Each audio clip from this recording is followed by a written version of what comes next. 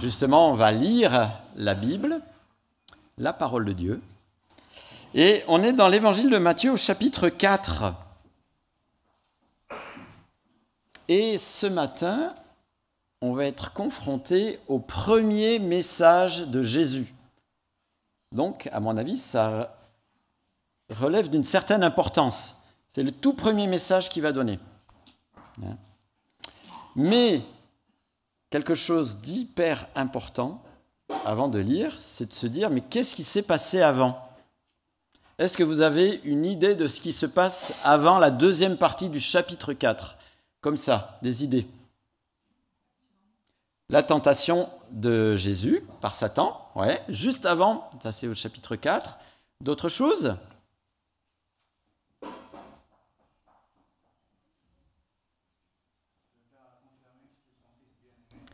Voilà, il y a eu le baptême où Dieu confirme que c'est son fils bien-aimé. Waouh, génial.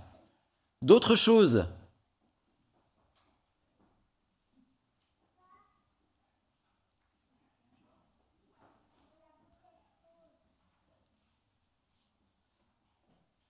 Juste au moment du baptême, il y a qui d'autre qui est présent au moment de ce baptême ? Jean-Baptiste. Ben oui, il ne faut pas l'oublier, Jean-Baptiste. Hein ? Et Jean-Baptiste avait un message, « Changez d'attitude car le royaume des cieux est proche ». C'était le message de Jean-Baptiste. Et vous vous souvenez, on avait vu ce que ça voulait dire, changer d'attitude. Hein ? Et important à retenir. Et je vous invite donc à lire la suite. Hein, vous voyez qu'on peut se souvenir de ce qu'on se souvient. Il y a des choses qui nous marquent un peu plus que les autres. Mais on y est arrivé. Donc on est à Matthieu chapitre 4, verset 12. Lorsqu'il apprit que Jean avait été arrêté, Jésus se retira en Galilée. Il quitta Nazareth et vint habiter Capernaum, ville située près du lac, dans le territoire de Zabulon et de Nephtali, afin que s'accomplisse ce qui avait été annoncé par Ésaïe. Une nouvelle fois. Territoire de Zabulon et de Nephtali, route de la mer, région située de l'autre côté du Jourdain, Galilée à la population étrangère. Le peuple assis dans les ténèbres a vu une grande lumière. Sur ceux qui se trouvaient dans le pays de l'ombre de la mort, une lumière s'est levée. Dès ce moment, Jésus commença à prêcher et à dire « Changez d'attitude, car le royaume des cieux est proche. » Comme il marchait le long du lac de Galilée, il vit deux frères, Simon, appelé Pierre, et son frère André, qui jetait un filet dans le lac. C'étaient en effet des pêcheurs. Il leur dit « Suivez-moi, et je ferai de vous des pêcheurs d'hommes. » Aussitôt, ils laissèrent les filets et le suivirent. Il alla plus loin et vit deux autres frères, Jacques, fils de Zébédée, et son frère Jean, qui étaient dans une barque avec leur père Zébédée et qui réparaient leurs filets. Il les appela. Et, aussitôt, ils laissèrent la barque et leur père et le suivirent. Jésus parcourait toute la Galilée, il enseignait dans les synagogues, proclamait la bonne nouvelle du royaume et guérissait toute maladie et toute infirmité parmi le peuple.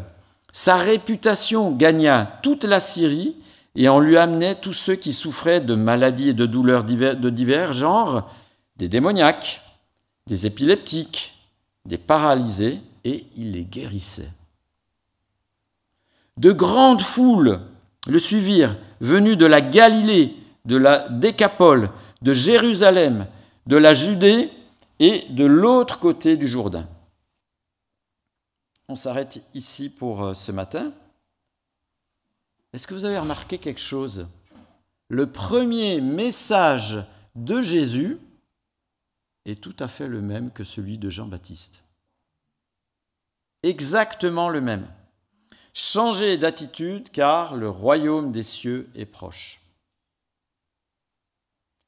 Jésus n'est pas venu apporter le christianisme, mais la lumière dans les ténèbres de l'humanité. Deux aspects de ce message super simple.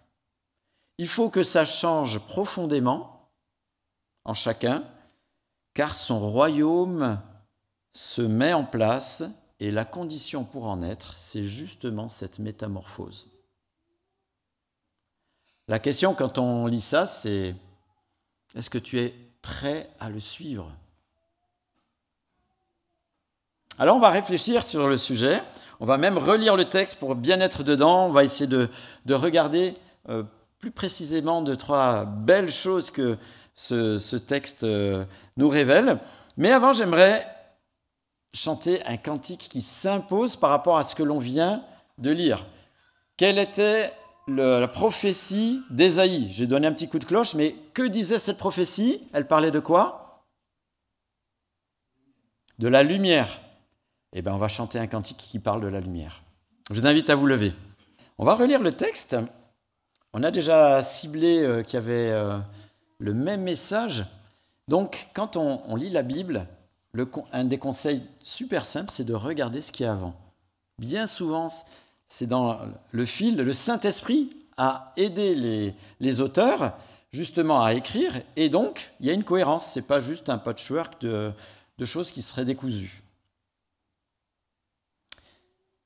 Ce qui est intéressant, avant que je relise, c'est que Matthieu laisse sous silence la première année de ministère de Jésus. Dans cette première année, on le voit dans l'évangile de Jean, il y a un événement qu'on connaît bien, c'est celui de Nicodème, avec un verset connu, Jean 3,16.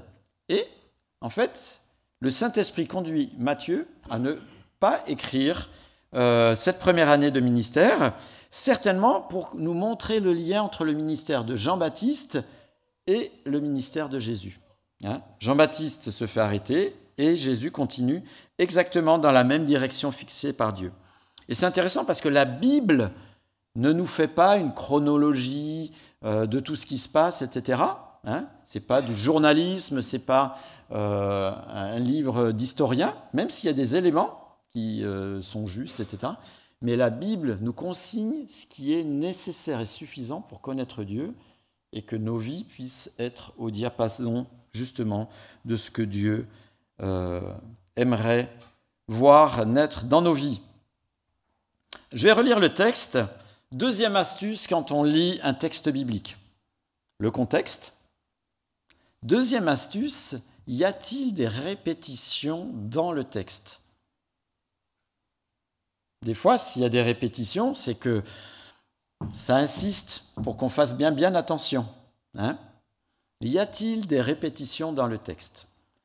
Alors, je vais essayer dans la lecture de faire ces répétitions.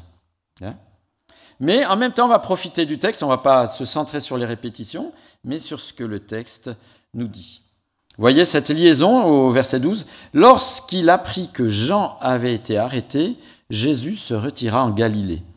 Il quitta Nazareth et vint habiter Capernaum, ville située près du lac, dans le territoire de Zabulon et de Nephtali, afin que s'accomplisse ce qui avait été annoncé par le prophète Ésaïe. Territoire de Zabulon, de Nephtali, route de la mer, région située de l'autre côté du Jourdain, Galilée à la population étrangère. Le peuple, assis dans les ténèbres, a vu une grande lumière. Sur ceux qui se trouvent dans le pays de l'ombre de la mort, une lumière s'est levée.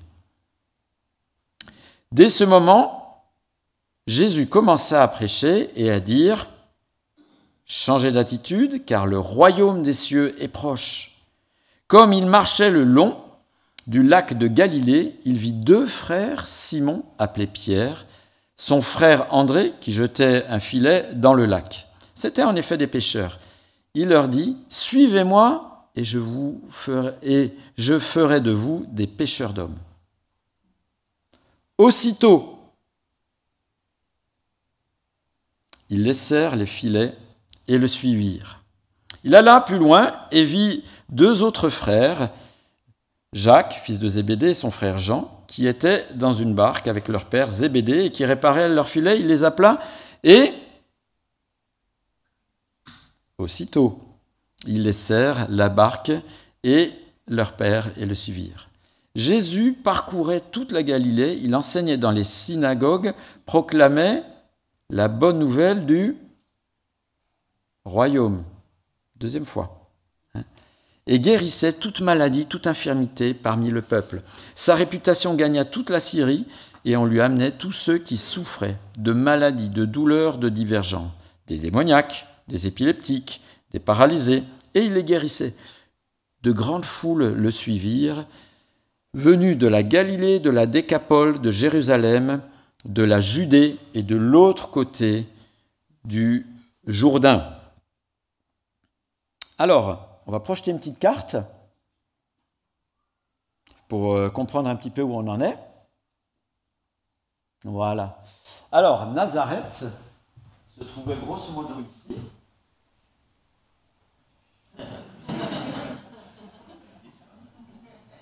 Et il n'est plus à Nazareth. Voilà. Et il va monter ici. Donc c'est là, et après, ça se passe au bord du lac. Et vous voyez, la région, c'est une région qui est en fait un carrefour de la Mésopotamie. Parce que là, on va vers Damas, la Syrie, tout ce qui est la Mésopotamie. On n'est pas loin du bord. Et ici, c'était une région qui était sous contrôle des religieux, qui avaient force de police. D'ailleurs, Jésus se fera arrêter par ces forces de police-là. Hein. Et ici, ils n'avaient pas la même influence. Donc, c'est pour ça qu'il est ici. La Décapole est plutôt une région grecque, helléniste. Hein. Et là, c'était une population qui était assez entremêlée, pas que de juifs, mais de personnes qui... Donc son message touche à la fois les juifs et plein d'autres personnes. Et vous voyez, quand il est question il venait de la Syrie, vous voyez d'où ça peut venir, il venait de Jérusalem, vous voyez, il venait de la Décapole, il venait de la Galilée, pour venir l'influence du message de Jésus. Extraordinaire, hein?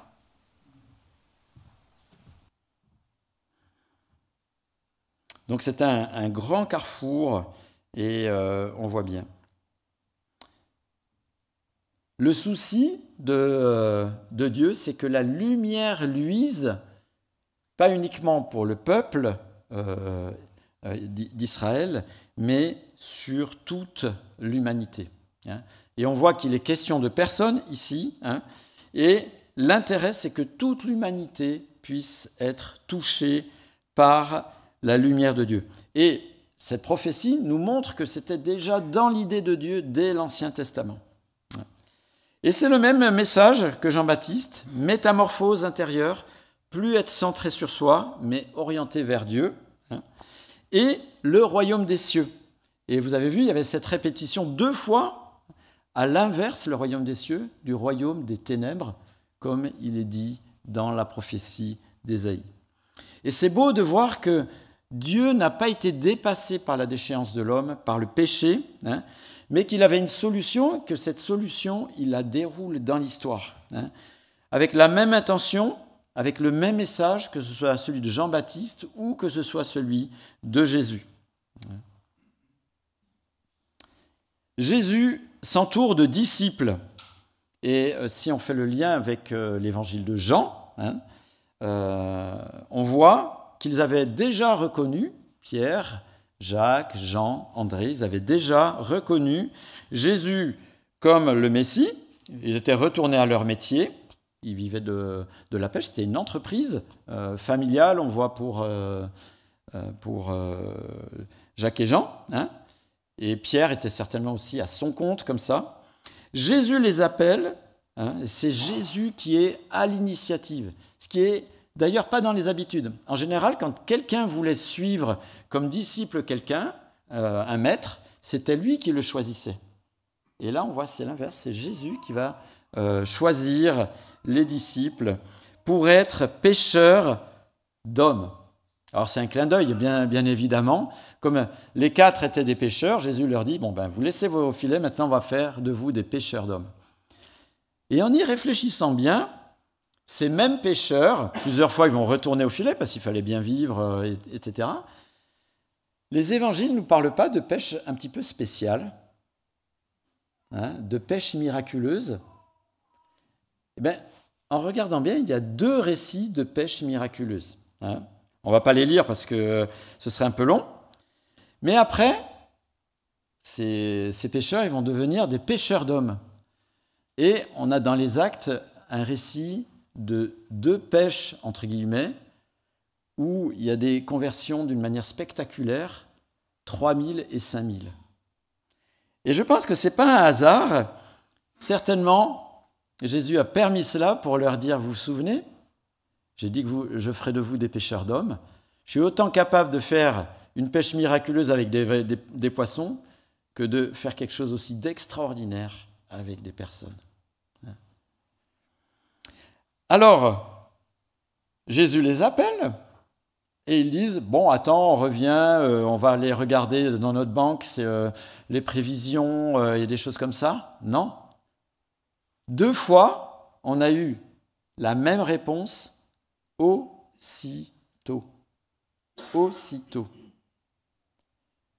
Et ça représente quand même quelque chose, hein, parce que donc c'était des entrepreneurs, ils laissent l'entreprise directement. Laisser son père, c'était quelque chose que se faisait jamais, en plus, hein, pour Jacques et Jean. On sait que Pierre était marié, par exemple. Il n'y avait pas d'assurance, il n'y avait pas d'AVS, il n'y avait pas d'ORP à l'époque. Donc, c'était vraiment le saut dans le vide et pas de filet de secours. Ils suivent Jésus, et suivre Jésus, le terme suivre, c'est presque un synonyme de disciple. Suivre quelqu'un, ça voulait dire être disciple. Et ça impliquait le respect, l'obéissance, des services à rendre, un attachement à l'enseignement du maître. Et on l'a vu, la sphère d'influence de Jésus à ce moment-là a tourné tout autour du lac. La Galilée, vous vous souvenez, c'était là au-dessus, la Décapole, Jérusalem, la Judée, et l'autre côté du Jourdain. Et la manière dont Jésus va annoncer son enseignement, avec la plus grande simplicité, c'était naturellement qu'on écoutait l'enseignement à l'époque dans les synagogues. Jésus n'invente pas quelque chose d'improbable, il va dans les synagogues et parle du royaume. Son message, le royaume des cieux est proche, repentez-vous. Le royaume de la lumière, donc pas une nouvelle religion, mais il nous parle du royaume des cieux. Et ce message a une conséquence dans la vie de celui qui l'adopte et qui le vit réellement. Et Jésus montre l'exemple, alors avec les spécificités qui étaient les siennes, mais il va guérir toute maladie, toute infirmité parmi le peuple. Et vous avez vu, ça touche le monde occulte, guérison dans le monde occulte, dans le monde psychique, psychiatrique, et dans le domaine, on pourrait dire, physique. Tous les domaines sont touchés par la guérison de Jésus. Et c'est intéressant dans ce texte parce que certains qui voulaient dire non, mais Jésus, quand il chasse des démons, les personnes étaient certainement touchées par une maladie psychiatrique, ce n'était pas des choses spirituelles. Eh bien là, dès la première guérison, il y a le distinguo qui est fait entre le monde spirituel et le monde psychique, psychiatrique. Le message du royaume s'accompagne toujours des effets de faire du bien. Jésus va le démontrer, le message du royaume s'accompagne toujours de faire du bien autour de soi. Mais il y a ici quelque chose en plus pour Jésus. Il donne son enseignement et par les miracles qu'il faisait, il crédibilise son enseignement en disant « Je suis Dieu et le message que vous venez d'entendre est aussi celui de Dieu. » Et on connaît cet épisode avec le paralytique. Il lui dit « Tes péchés sont pardonnés ». Tout le monde le regarde comme ça. Qui c'est qui peut dire « Les péchés sont pardonnés » Et Jésus donc va lui dire « Lève-toi et marche ». Et plus tard dira « Lequel est plus facile de dire « Tes péchés sont pardonnés » ou de dire « Lève-toi et marche ». Et on voit que le but des guérisons de Jésus, c'était de crédibiliser ce qu'il disait. Je suis autant Dieu quand je fais quelque chose d'impossible que quand je parle. C'est exactement la même chose. Quelque chose d'intéressant, vous avez vu au verset 25 que de grandes foules le suivent. de la Galilée, là où il était, Décapole, c'est un petit peu plus loin, Jérusalem encore un petit peu plus loin, toute la Judée encore un petit peu plus loin, et le Jourdain encore beaucoup plus loin. Ça ne vous rappelle pas quelque chose dans Actes 1,8, ça? Et vous recevrez une puissance, le Saint-Esprit venant sur vous, et vous serez mes témoins. Et on a ce cercle concentrique qui, comme un caillou qu'on jette dans un lac, et ça fait des ondes différentes. Et là, on a exactement la même chose. Vous voyez la cohérence de la parole de Dieu?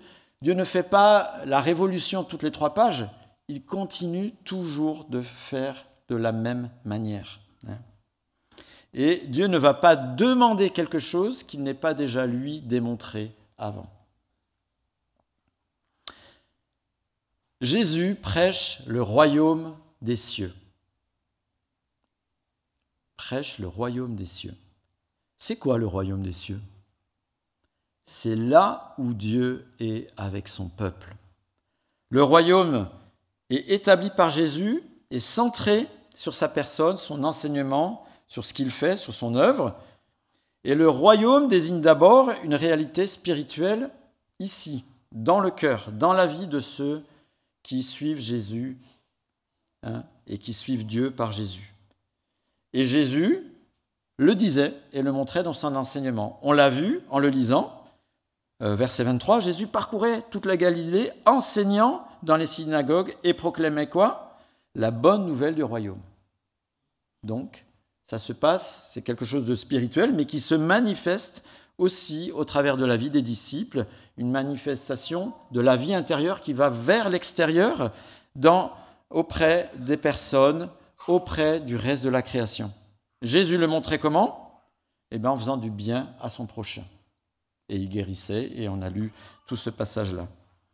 Alors, le royaume est déjà présent, c'est Jésus qui l'inaugure, lors de sa première venue, et il est possible de rejoindre ce royaume. Comment? Repentez-vous. Repentez-vous. Et repentez-vous, tout simplement, on n'est plus centré sur soi, mais on reconnaît notre besoin de Dieu au travers de Jésus, parce que nous sommes pécheurs. Et l'accomplissement de ce royaume, quand est-ce que ça va se passer? Au deuxième retour de Jésus. Et là, malheureusement, il ne sera plus possible de rentrer dans ce royaume. Il sera trop tard. Jésus va le dire, il va le rabâcher dans l'évangile de Matthieu, on aura l'occasion d'y venir. Il y a des paraboles qui parlent que de ça. Préparez-vous, je vais revenir, après ce sera fini. Alors, qu'est-ce que l'on pourrait retenir de ce texte? Vous savez qu'on s'arrête toujours en se posant 4 questions. Qu'est-ce que j'apprends sur Dieu, sur les hommes? Qu'est-ce que ça me pousse à faire et qu'est-ce que je pourrais transmettre? Déjà, la première chose que ce texte montre clairement, que Dieu veut que la lumière vienne au milieu des ténèbres. Là, il ne s'agit pas de la création de la terre, mais ça y donne écho quand même. Les premiers mots de la Bible parlent de quoi? Que la lumière est venue aussi au milieu des ténèbres. La cohérence de Dieu tout le temps, tout le temps, tout le temps, tout le temps. Mais là, il s'agit de personnes. Et son plan de sauvetage ne démarre pas juste au moment où Jésus arrive, mais on voit qu'il démarre dès le début de l'Ancien Testament. Et c'est ce que nous souligne cette trame, c'est l'autre chose qu'on peut apprendre de Dieu, c'est qu'il est cohérent et il a une idée, sauver les hommes, et il n'y a qu'un plan.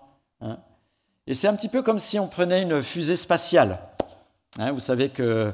Alors maintenant, ça change un peu. Il y a des fusées spatiales qui montent et qui ont la possibilité de redescendre. Mais beaucoup de fusées spatiales, quand elles démarrent, elles lâchent un premier étage, elles lâchent un deuxième étage, et après, il y a la capsule qui arrive, pourquoi pas sur la Lune. C'est un petit peu le message du royaume. C'est un petit peu cette fusée où le plus gros étage serait déjà parti, ce serait l'Ancien Testament. Le deuxième étage serait parti, ce serait Jean-Baptiste. Et maintenant, ça continue avec Jésus. Dieu est déterminé et résolu pour que la lumière brille. Là où la lumière est acceptée, là où Jésus est adopté, ça s'appelle son royaume. Jésus ne parle jamais de chrétiens. Une fois d'église, il parle tout le temps du royaume des cieux. Tout le reste de l'évangile de Matthieu ne parle que de ça. On va, dans les pages qui suivent, regardez si vous avez une bonne Bible, il va être question de comment on vit dans ce royaume. Ça s'appelle le sermon sur la montagne. C'est quoi ce royaume? Comment on y vit? Quelles sont les règles de ce royaume? C'est nouveau un petit peu. Eh bien Jésus va leur dire. C'est ça, les règles du royaume des cieux. Et presque toutes les paraboles commencent. Le royaume des cieux ressemble à, et on a une parabole. Il ne parle que de ça dans l'Évangile. Et il est accessible à toute l'humanité, c'était le plan prévu depuis toujours. Et c'est possible par le changement de vie par Jésus. Alors qu'est-ce que j'apprends des hommes? Les hommes ont besoin de l'éclairage de Jésus. S'ils restent dans les ténèbres, leur vie est sans vision, ils vivent d'une manière empirique, il manque tout ce qu'il y a quand on n'a pas la lumière. Ce serait assez d'ailleurs intéressant de nous mettre dans le noir, là, totalement, et de descendre, juste de descendre les escaliers. Tâton, on tomberait, on se prendrait une chaise, peut-être qu'on roulerait dans les escaliers. Voilà. Voyez la différence quand il n'y a pas la lumière? L'objectif de Jésus, c'est le deuxième point qu'on peut relever ici, c'était pas de faire de Pierre, Jacques, Jean, André des chrétiens, mais il avait pour objectif des disciples. Et la première caractéristique du disciple, c'est qu'il suit Jésus. Il ne suit pas une église, il ne suit pas une théologie, il ne suit pas une association, il ne suit pas une confession, mais il suit le Fils de Dieu fait homme, Jésus. Les disciples, quand il les a appelés, étaient-ils convertis? Là, dans ce texte. Pourtant, il les appelle comme disciples. Est-ce qu'ils étaient convertis? Certainement pas. La croix n'a pas eu lieu. Alors, ils ne sont pas convertis dans le sens que nous on connaît, mais il n'y avait pas eu la croix. Le Saint-Esprit n'avait pas été donné. Il y avait même parmi les disciples un certain Judas, non? Pas l'exemple du converti idéal. Jésus les appelle pour être des disciples, pas pour être des convertis. Jésus les a de suite mis en mode « vous allez être des disciples ». Il n'a pas attendu qu'ils reçoivent le Saint-Esprit, il a dit « bon alors maintenant on va commencer les choses sérieuses, vous allez être des disciples ». D'entrée, l'ambition de Jésus, c'était de faire des disciples, pas des convertis. Dans le royaume des cieux, l'objectif n'est pas de faire des croyants, de faire des adeptes ou des convertis. Et après, ils sont arrivés, ils sont convertis, puis ça s'arrête. L'objectif du royaume, c'est de faire des disciples. Et tout l'évangile, on va lire, vous allez voir, tout l'évangile de Matthieu parle que de ça. Et Jésus a bien fait parce que ses disciples ont permis que l'évangile arrive jusqu'à nous. Des personnes comme nous qui ont mis la priorité de suivre Jésus. Et c'est d'ailleurs intéressant parce que des fois, je vois qu'il n'y a pas beaucoup d'ambition spirituelle parce que le regard du croyant s'arrête à la conversion. Voilà, je suis converti, j'ai mon passeport éternel en poche. Pour les plus interpellés, ils se mobiliseront pour que d'autres aient le passeport éternel en poche. Mais regardez ce que dit Jésus à la fin de l'évangile de Matthieu, tout à la fin. Verset 19. Allez, faites de toutes les nations des convertis, des chrétiens, non, des disciples. Début de l'évangile, Jésus fait des disciples. À la fin, il dit « faites des disciples ». Peut-être que le chrétien cultive des fois de l'insatisfaction parce que justement, il est en mode « je me suis arrêté au moment de la conversion ».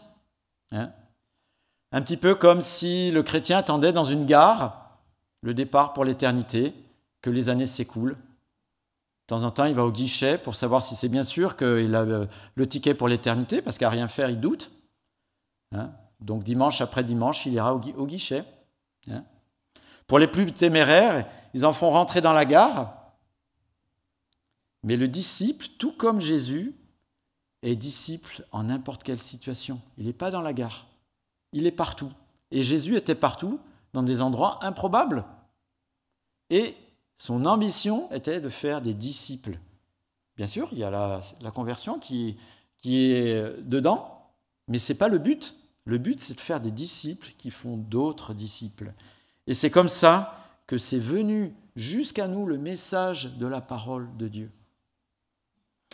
Alors forcément, en constatant cela, ça nous pousse au troisième point.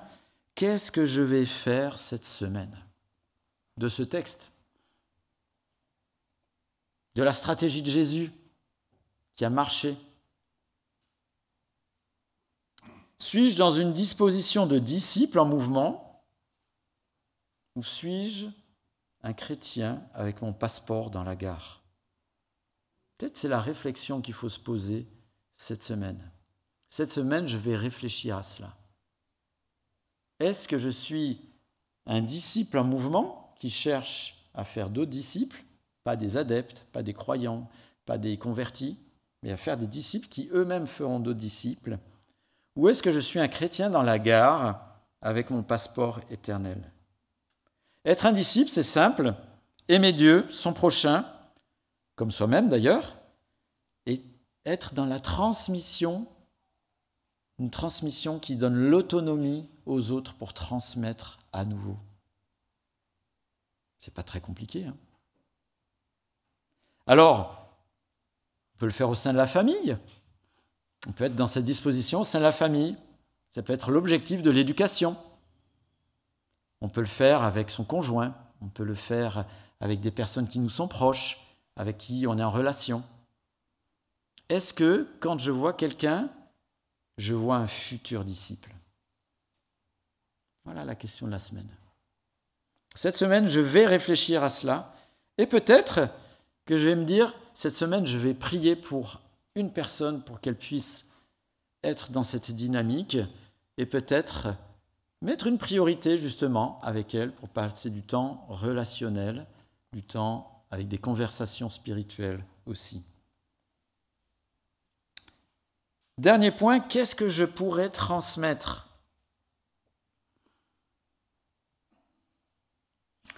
Alors, si